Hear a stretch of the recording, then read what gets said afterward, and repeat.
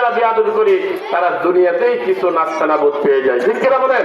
আল্লাহ তাআলা বলছেন, হে দুনিয়ার মানুষেরা শুনো, আমি যখন তোমাদেরকে অবস্থা এদিক সেদিক দেখি, দুনিয়ার পাপের সাথে তোমাদের সম্পৃক্ত বেশি দেখি, তখন আমি তোমাদেরকে সতর্ক করার জন্য কিছু ভূমিকম্প দেই, কিছু কি দেই, এই যে ঘূর্ণিঝড় দেই, এইরকম এগুলো আযাবের মাধ্যমে তোমাদেরকে আমি আল্লাহ তাআলা সতর্ক করি। সিল্লা বলেন একবার সুবহানাল্লাহ।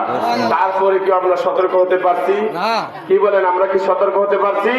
যদি সতর্ক হইতাম, দুনিয়ার সমস্ত গুনাহকে ছেড়ে দিয়ে তওবা করে আল্লাহর ঘর মসজিদে হাজির হয়ে বলতাম, আল্লাহ জীবনে যা অন্যায় করেছি, অপরাধ করেছি, যা করেছি তোমার কাছে তওবা করলাম, আল্লাহ মাফ করে দেন।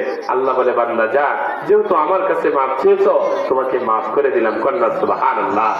প্রিয় হাজিরিন, আমার ভাই বাবারা, গভীর মনোযোগ।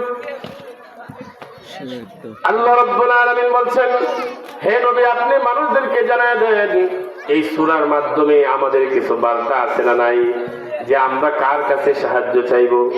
আল্লাহর কাছে। আল্লাহর কাছে সাহায্য চেয়েছেন, মানুষের প্রভুর কাছে, মানুষের কাছে নয়। ঠিক কিনা বলে?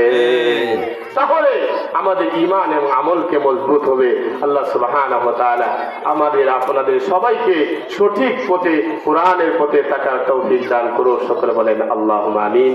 আমার সাথে আরেকজন হুজুর আছেন, আলোচনা করবেন, হযরত মাওলানা হাবিবুর রহমান এরশাদুল ইসলাম সাহেব হুজুর। তার আলোচনা পেশ করার জন্য বিশেষভাবে অনুরোধ করা হইল।